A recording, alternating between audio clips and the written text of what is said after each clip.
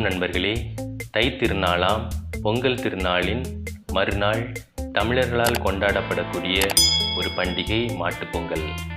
இன்று நாம் மாட்டுப்பொங்கலின் முக்கியத்துவம் பற்றியும் மாட்டுப்பொங்கல் தினத்தன்று நடத்தப்படக்கூடிய தமிழர்களின் வீர விளையாட்டான ஜல்லிக்கட்டு போட்டியின் வரலாறு பற்றியும் இந்த வீடியோவில் பார்க்கலாம். கடைசி வரை வீடியோவை ஸ்கிப் பண்ணாமல் பாருங்கள்.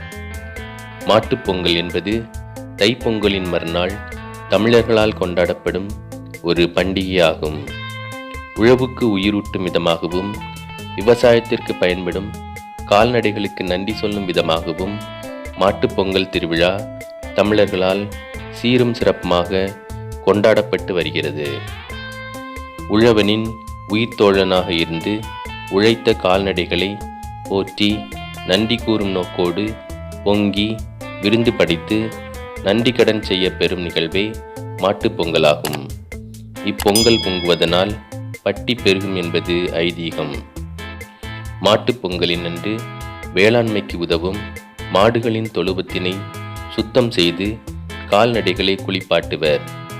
மாடுகளின் கொம்புகள் சீவப்பட்டு பளபளக்கும் வகையில் வண்ணம் பூசி கூரான கொம்பில் குஞ்சம் அல்லது சலங்கை கட்டிவிடுவார்கள்.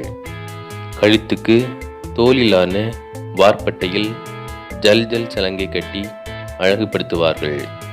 திருநீறு பூசி குங்கும பொட்டிட்டும் புதிய மூக்கணாங்கயிறு தாம்பு கயிறு அணிவித்தும் தயார் செய்வார்கள்.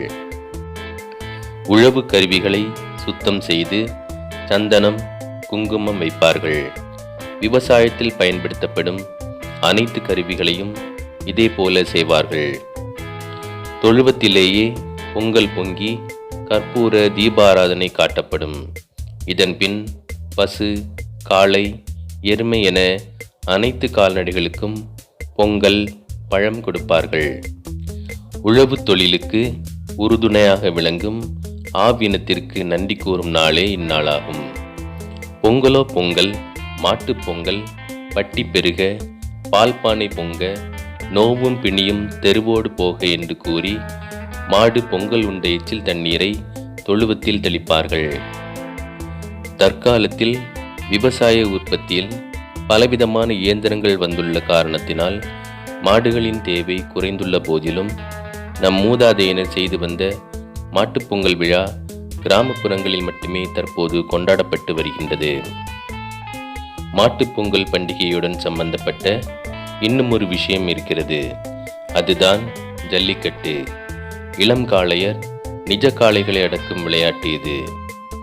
ஜல்லிக்கட்டு பல இடங்களில் நடத்தப்பட்டாலும் அலங்காநல்லூர், பாலமேடு ஆகிய இடங்களில் நடைபெறும் ஜல்லிக்கட்டை உலக புகழ் பெற்று விளங்குகிறது. ஜல்லிக்கட்டு அல்லது ஏறு தழுவுதல் என்பது தமிழர்களின் வீர விளையாட்டுகளில் ஒன்றாகும். ஏறு என்பது காளையை குறிக்கும் சொல்லாகும். காளையை ஓடவிட்டு அதை வீரர்கள் ஓடிப்பிடித்து அடக்குவதுதான் ஜல்லிக்கட்டு. இதில் மிருகவதை இல்லை என்பது விளையாட்டு வீரர்களின் கருத்து. சொல்லப்போனால் காளை முட்டி உயிரிழந்த வீரர்கள் தான் அதிகம்.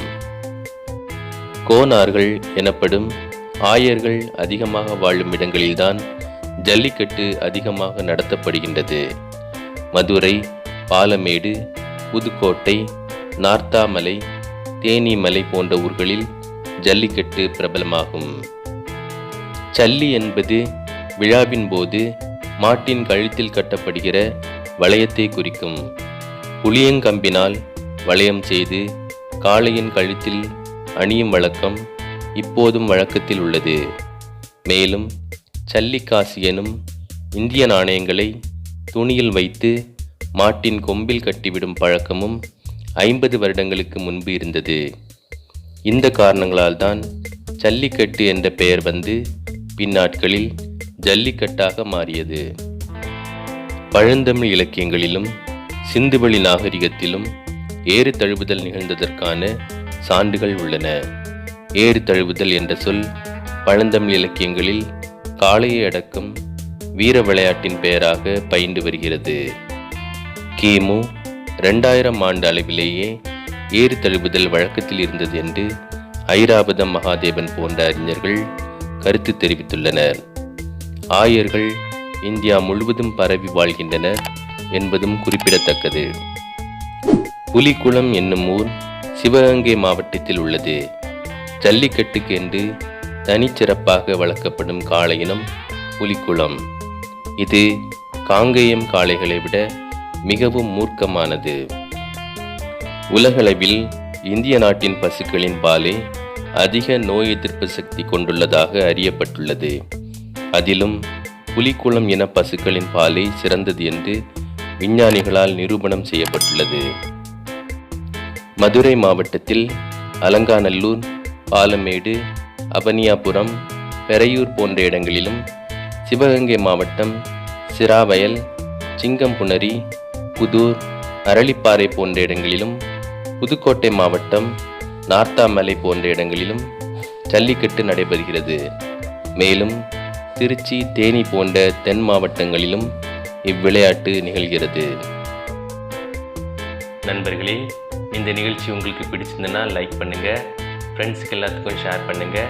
இந்த நிகழ்ச்சியை பற்றிய உங்களுடைய கருத்துக்களை கீழே இருக்கக்கூடிய கமெண்ட்ஸ் பாக்ஸில் கண்டிப்பாக பதிவு பண்ணுங்கள். இதே மாதிரி இன்னொரு புதிய தகவலுடன் மறுபடியும் சந்திப்போம். நன்றி, வணக்கம்.